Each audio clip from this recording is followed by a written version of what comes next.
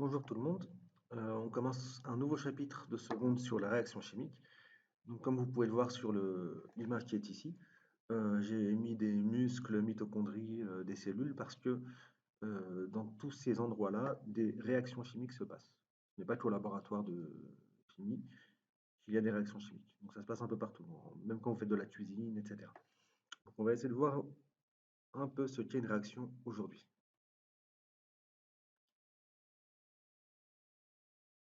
Pour savoir ce qu'est une réaction chimique, il faut d'abord définir ce qu'est un système chimique.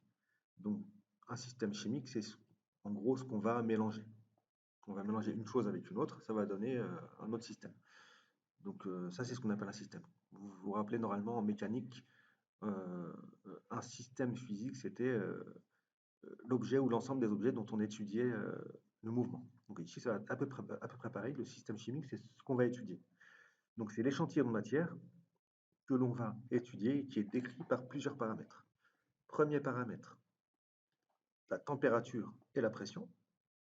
Donc on peut mesurer la température de ce qu'il y a dans un bécher par exemple, ou la pression de ce qu'il y a dans ce bécher aussi. Deuxièmement, les espèces chimiques qui sont présentes dans ce bécher. Qu'est-ce qu'il y a de présent? Il y a de présent plusieurs entités chimiques, donc il faut donner la nature de ces entités. Nature de ces espèces chimiques. Par exemple, est-ce que c'est du dioxygène? Est-ce que c'est du dioxyde de carbone? Est-ce que c'est des ions cuivre, etc., etc. Donc, il faut donner la nature de ces espèces chimiques. Deuxièmement, il faut donner leur état physique. Est-ce que c'est un état solide, liquide ou gazeux? Et on va même ajouter un quatrième état qui est aqueux. Aqueux pour les solutés qui sont dans un solvant. Troisièmement, on va définir leur quantité de matière en mol. Ça, on verra un peu plus tard sur une autre vidéo ce qu'est une quantité de matière. Simplement, je vous le décris rapidement ici, c'est à peu près la quantité d'espèces chimiques qu'il y a. Par exemple, s'il y a du dioxygène, imaginez qu'il y a 3 milliards de molécules de dioxygène. Ben, la quantité de matière, ça va refléter ces 3 milliards de molécules. Sauf qu'on ne va pas compter par molécule, on va compter par paquet de molécules. Donc ça, vous reverrez ça sur notre vidéo. Donc, la transformation chimique, maintenant, c'est donc le passage d'un système chimique initial à un système chimique final. Donc, on vient de voir ce qu'était un système chimique. Donc, on passe d'un système initial à un système final. Comme par exemple, ici dans le document, vous avez la chenille qui devient un papillon. Donc, le système initial, ça aurait été la chenille, et le système final, ce serait le papillon. Donc, on avait dit que, là, ce qu'on vient de dire, que la transformation chimique, c'est le passage de l'état d'un système chimique initial à un système chimique final, mais on avait dit qu'un système chimique, on pouvait le définir par plusieurs caractéristiques. Sa température, donc imaginons ici que la température initiale est de 20 degrés par exemple, euh, et que la température finale est de 22 degrés, donc là, il y a un changement. Parfois, il peut ne pas y avoir de changement. La plupart du temps, il n'y a pas de changement. En tout cas, lorsqu'on fait des réactions en TP. Mais parfois, ça peut chauffer. Ou parfois, ça peut refroidir, il y a moins de TP de ce type-là. On définit la pression aussi, initiale, finale. Ça, en général, en TP, la pression reste la même, c'est la pression atmosphérique. Mais lorsque vous êtes en laboratoire, vous pouvez changer la pression. La pression peut changer. Ensuite, vous avez des espèces chimiques, la nature des espèces chimiques. Donc ici, par exemple, le dioxygène. Et de l'autre côté, par exemple, ça va être de l'eau. Donc ça veut dire que du dioxygène s'est transformé en eau, mais il manquerait du dihydrogène. Donc ça veut dire qu'il y a du dioxygène et du dihydrogène ici. Et ensuite, qu'est-ce qu'on donne? La quantité de matière des espèces chimiques. N'ayez pas peur, on va prendre quelques exemples. Donc, exemple ici, je vais prendre l'exemple de la combustion du carbone. Donc, ça, c'est du fusain, donc c'est que du carbone. Donc, il y a des milliards et des milliards d'atomes de carbone là-dedans. Donc, il y a du fusain, il y a un morceau de fusain qui est en train de brûler. Donc, on a pris une allumette, on l'a fait brûler. Ensuite, on l'a mis on l'a attaché à un bouchon. On a fermé la bouteille, le petit flacon qui est là, et on a laissé le fusain dedans. Dedans, qu'est-ce qu'il y a? Il y a de l'air. Donc s'il y a de l'air, c'est qu'il y a du dioxygène, du diazote et des traces d'autres molécules. Donc qu'est-ce qui est susceptible de réagir dans cette bouteille, dans ce flacon? Ben, le carbone peut réagir avec le dioxygène de l'air. C'est ce qu'on appelle une combustion. Alors, je reviens en arrière. Donc à la fin, qu'est-ce qui se passe? Donc à la fin, vous avez le fusain qui a brûlé, sauf qu'il en reste un petit peu à la fin, et vous avez de l'eau de chaud qui s'est troublée. Donc ici, normalement, vous avez de l'eau de chaud aussi, mais on ne le voit pas. Et l'eau de chaud s'est troublée ici. Normalement, vous avez vu au collège que si l'eau de chaud se trouble, ça veut dire qu'on a mis en évidence du dioxyde de carbone. Ça veut dire qu'entre là et là, là, il n'y avait pas de dioxyde de carbone, ou très très peu, donc la quantité qu'il y a dans l'air. Et là, en fait, vous avez produit du dioxyde de carbone. C'est ça que ça veut dire. Donc vous avez consommé du carbone et du dioxygène, et vous avez à la place produit du dioxyde de carbone. Donc quelle va être la réaction? Donc ça c'est la même chose, hein, ce que je vous ai mis. Donc la transformation chimique, comment est-ce qu'on peut la représenter? Donc le système chimique initial, on avait une température de 20 degrés. La température finale est supérieure à 20 degrés. Pourquoi? Parce qu'on a brûlé quelque chose. Forcément, ça a chauffé. Donc on va dire 80 degrés à la fin, par exemple. Ensuite, la pression initiale, c'était la pression atmosphérique. 1,013 fois 10 puissance 5 pascal. À la fin, c'est toujours la pression atmosphérique. Ça, je ne vais pas entrer dans les détails sur la pression. Qu'est-ce qu'on avait au début? La nature des réactifs. C'est du carbone. Et à la fin, on a encore du carbone, donc il en reste un petit peu. Du fusain, il en restait. Qu'est-ce qu'on avait d'autre? Au début, on avait du diazote, parce qu'on avait de l'air à l'intérieur. À la fin, il y a toujours du diazote. Au début, on avait du dioxygène. Et à la fin, on n'a plus de dioxygène, on a du dioxyde de carbone. Pourquoi? Parce que tout le dioxygène a été consommé par le fusain. Donc, la quantité de dioxygène qu'il y avait dans le flacon a disparu. Elle s'est transformée en dioxyde de carbone. C'est combiné avec le carbone pour donner du dioxyde de carbone.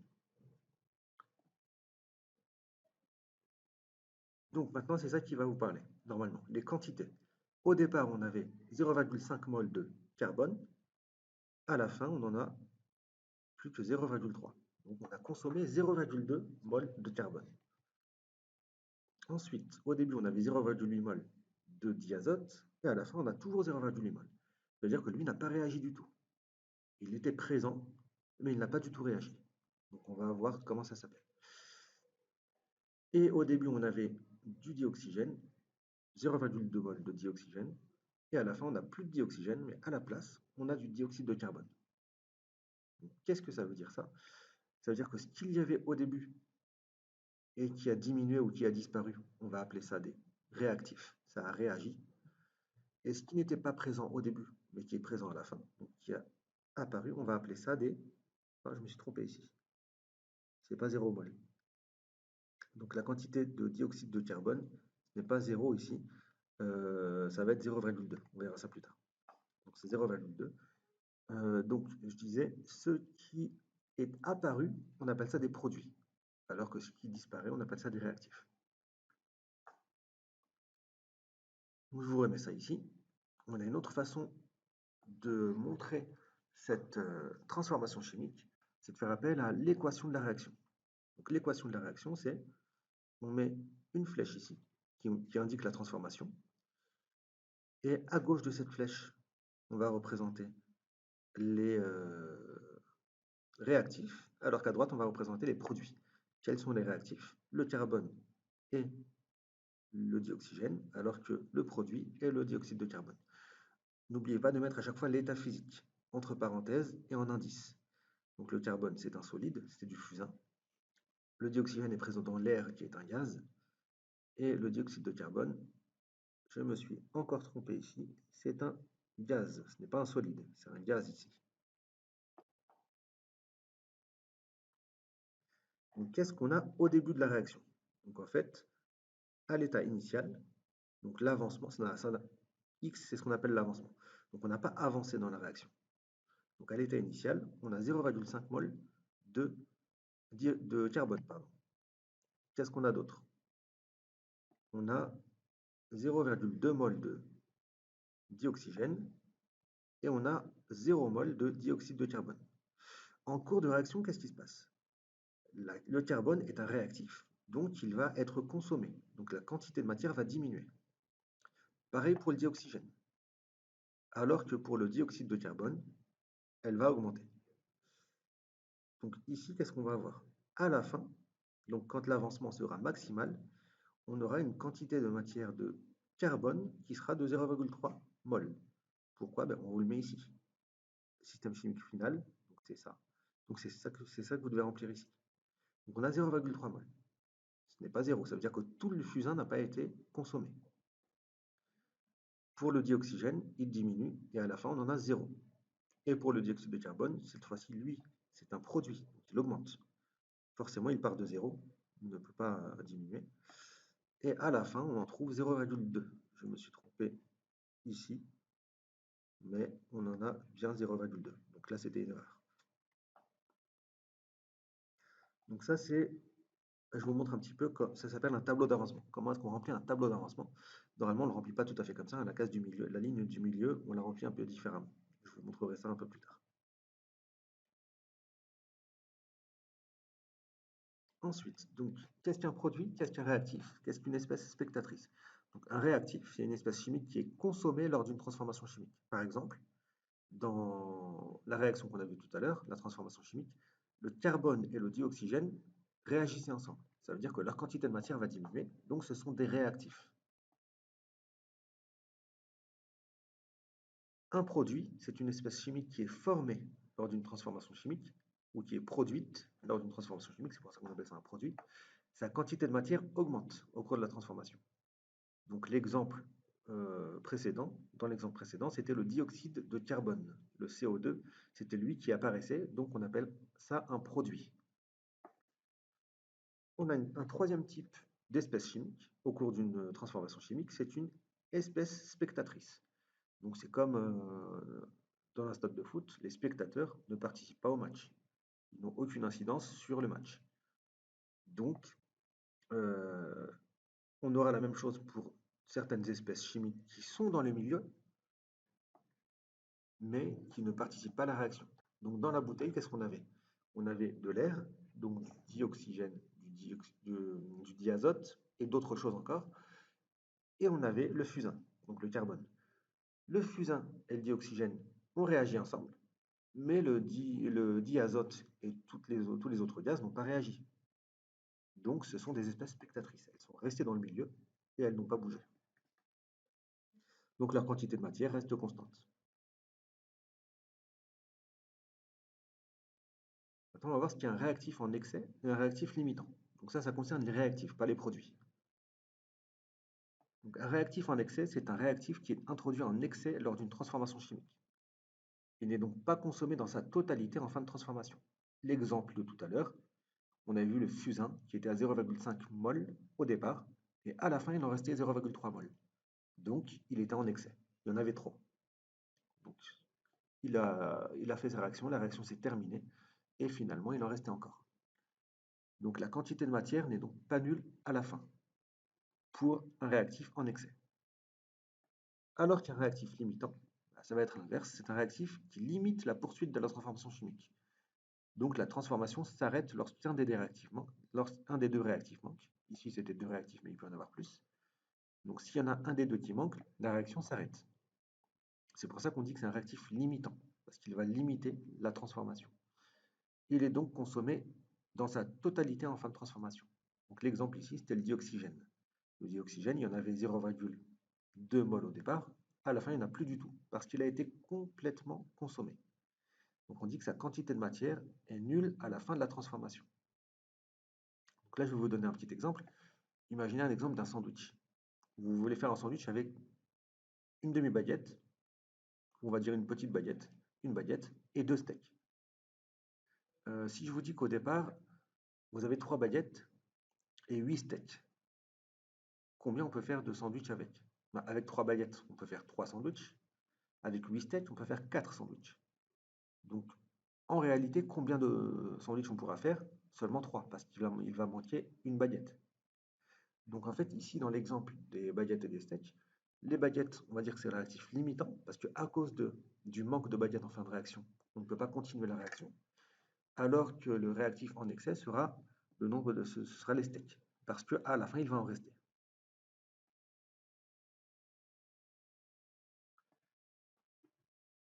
Donc, on peut avoir soit la réaction peut se terminer soit quand l'un des deux réactifs s'épuise, soit lorsque les deux s'épuisent en même temps. Si les deux sont consommés en même temps et qu'ils se terminent en même temps, dans ce cas-là, on dit que les réactifs ont été introduits dans les proportions stoichiométriques. Donc les deux sont des réactifs limitants. Donc les deux réactifs sont limitants.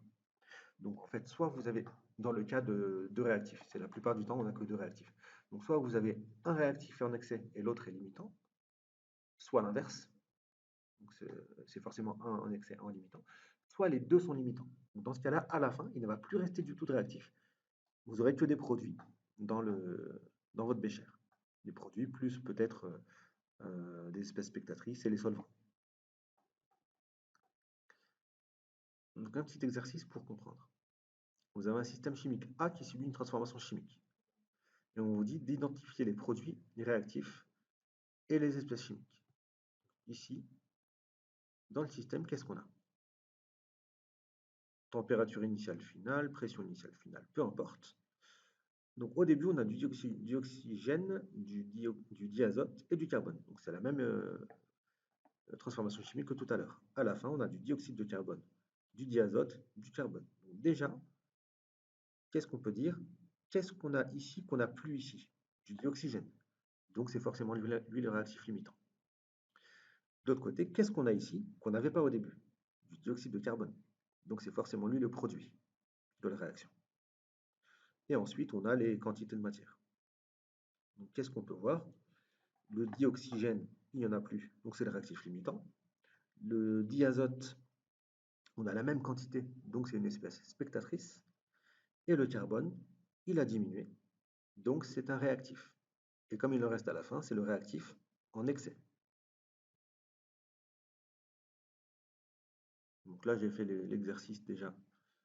Donc je vous le mets ici si vous voulez, mais je vous l'ai déjà dit. Donc on va faire un tableau d'avancement. Donc qu'est-ce qu'on avait au départ? On avait 2 mols de carbone, 0,4 mol de dioxygène et 0 mol de dioxyde de carbone. Il n'y en avait pas du tout. Qu'est-ce qui diminue? Les réactifs. Qu'est-ce qui augmente? Les produits. Donc à la fin, il reste 1,6 mol de carbone. À la fin, il ne reste plus de dioxygène. Et à la fin, on a formé 0,4 mol de dioxyde de carbone. Donc on peut bien dire que les réactifs, c'est le carbone et le dioxygène. C'est ce qu'on avait vu ici. C'est pour ça qu'on peut les mettre à gauche de la flèche. Et à droite de la flèche, on met le produit. Donc on les avait identifiés dès le départ, donc on pouvait écrire l'équation. Donc j'espère que c'est clair. Sinon, on fait le deuxième exemple et vous allez voir que ça va être clair. Donc on a un système chimique B cette fois-ci. C'est le même exercice. Même type d'exercice plutôt. Donc qu'est-ce qu'on peut dire ici? Température, pression, peu importe. Donc on a de l'ion cuivre, on a du zinc solide et on a des ions sulfate au départ. À la fin, est-ce qu'on a toujours des ions cuivre? Non. On a du cuivre solide, mais on n'a plus d'ion cuivre. Donc on peut dire déjà que lui, c'est un réactif. Et en plus, on peut dire que c'est un réactif limitant. Est-ce qu'il y a toujours du zinc à la fin? Du zinc solide? Non, on a du zinc aqueux. Donc, on peut dire que c'est un réactif limitant aussi. C'est un réactif parce qu'il diminue. Il était au début, il n'est plus, soit il a diminué, soit il n'est plus à la fin. Mais comme il n'y en a plus du tout à la fin, il est limitant. Donc les deux sont des réactifs limitants. Donc ça veut dire qu'on a introduit les deux en proportion stoichiométrique. On va le voir ici, 2 mols et 2 mols. Et ensuite, le SO4 il y en a au début, il y en a encore à la fin. Pour l'instant, on ne peut rien dire. Donc soit c'est un réactif et sa quantité de matière a diminué, donc ça veut dire qu'il y aurait 3 réactifs. Soit c'est une espèce spectatrice si la quantité de matière est la même. On va voir ça à la fin. Donc c'est la même à la fin. Donc il y avait 2 moles au début, 2 moles à la fin. Ça veut dire que c'est une espèce spectatrice. Maintenant, on va faire la même chose dans l'autre sens. Qu'est-ce qui est apparu? Zn de plus, il n'y en avait pas au début. Donc ça veut dire que c'est un produit.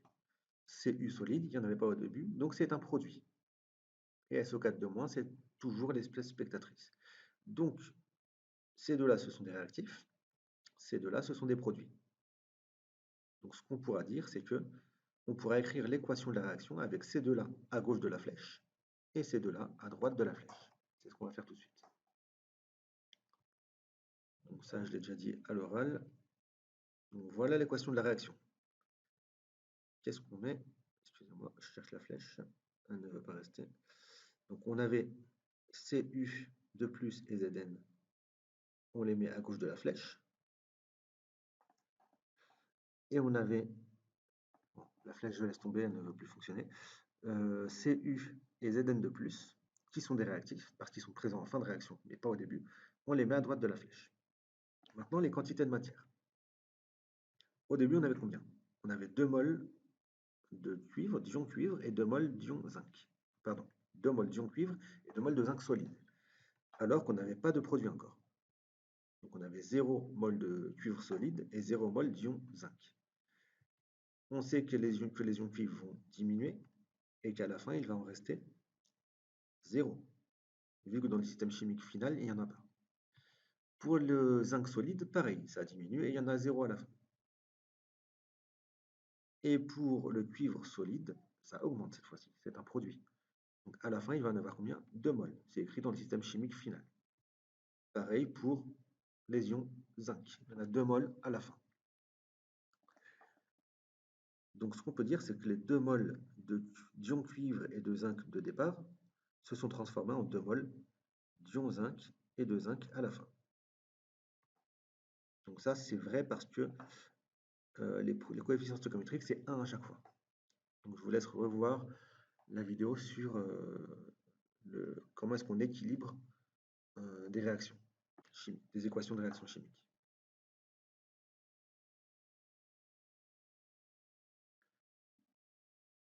Donc lors d'une transformation chimique, plusieurs phénomènes se déroulent au niveau microscopique pour passer du système initial au système final, un peu comme le papillon. Pour que la chenille devienne papillon, il se passe plein de choses et il y a plein d'intermédiaires.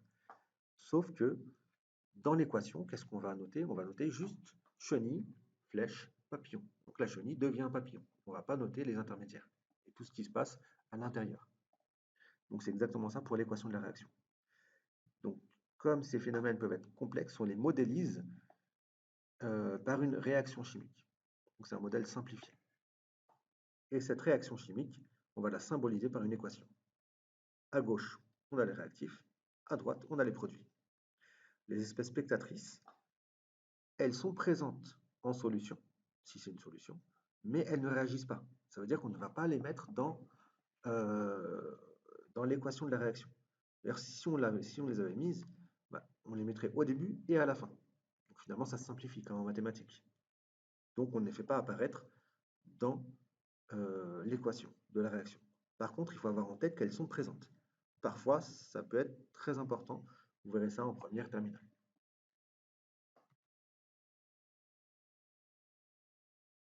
Et le nombre de réactifs et de produits dépend de la transformation chimique considérée. Donc si vous aviez que, pour l'exemple des sandwichs, pour faire un sandwich, vous avez besoin d'une baguette et de 2 steaks. Si vous avez 3 pains et 8 steaks, c'est pas la même chose que si vous avez 15 pains et 50 steaks. Vous ne pouvez pas faire le même nombre de sandwichs. Par contre, la recette, elle, est toujours la même. C'est une baguette plus 2 steaks donne un sandwich. C'est ça la réaction. Donc, un exemple, et ça on ira un petit peu plus loin dans une autre vidéo, l'exemple de la combustion. Donc la combustion, c'est une transformation chimique qui a lieu entre un combustible et un comburant. Le combustible, c'est ce qui brûle, le comburant, c'est ce qui fait brûler. Donc, ce sont les deux réactifs de la transformation. Je viens de dire ce qu'est le combustible et le comburant. Et les deux produits, en général, ça va être le dioxyde de carbone et l'eau. Pourquoi à l'état gazeux, le dioxyde de carbone? Bah, ça dépend de sa température d'ébullition, mais ça, vous savez que le dioxyde de carbone à pression atmosphérique et à température normale, par exemple 20 degrés, il a l'état gazeux. Donc là, ce sera la même chose. Par contre, l'eau, normalement, elle est à l'état liquide. Donc pourquoi ici, elle est à l'état gazeux dans une combustion? Parce que quand on brûle, bah, euh, on dépasse en général les 100 degrés. Donc si on dépasse les 100 degrés, l'eau, on va dépasser sa température d'ébullition, qui est de 100 degrés. Donc elle sera à l'état gazeuse et pas liquide. Donc l'équation bilan de cette transformation va se noter comme ça. Donc, le combustible plus le comburant donne le dioxyde de carbone plus l'eau. Sauf que ici, c'est une équation qui n'est pas complète. Pourquoi? Parce qu'en fait, on n'a pas dit de quel combustible on parlait et de quel comburant on parlait. Et donc, on ne peut pas dire combien de dioxyde de carbone et combien de molécules d'eau on va former. Donc, il manque les nombres, donc les coefficients stoichiométriques, devant chaque espèce chimique. Mais ça, on voit ça dans une autre vidéo. Cette transformation libère de l'énergie thermique. On dit qu'elle est exothermique. On a déjà vu ça dans un cours précédent. Alors que si une transformation a besoin d'énergie thermique pour se produire, on parle de transformation endothermique. Exothermique, ça veut dire que la chaleur va vers l'extérieur, donc on libère de l'extérieur. Endothermique, ça veut dire que la chaleur vient vers l'intérieur. Donc on a besoin de chaleur pour que la réaction puisse se produire. Je devrais plutôt dire pour que la transformation chimique puisse se produire. Et si elle ne s'accompagne d'aucun effet thermique, si la température initiale est la même que la température finale, ça veut dire qu'elle est athermique. C'est le A privatif. Donc athermique, ça veut dire qu'elle ne dépend pas elle ne renvoie pas de chaleur et elle n'a pas besoin de chaleur non plus.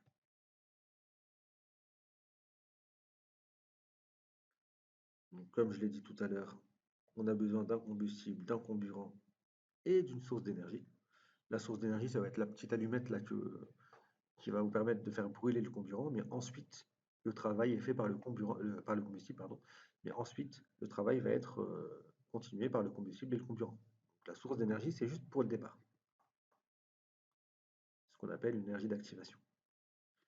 Donc le combustible, qu'est-ce que ça peut être? Ça peut être du bois, du carton, des matériaux de synthèse, du plastique, du papier, peu importe, tout ce qui brûle.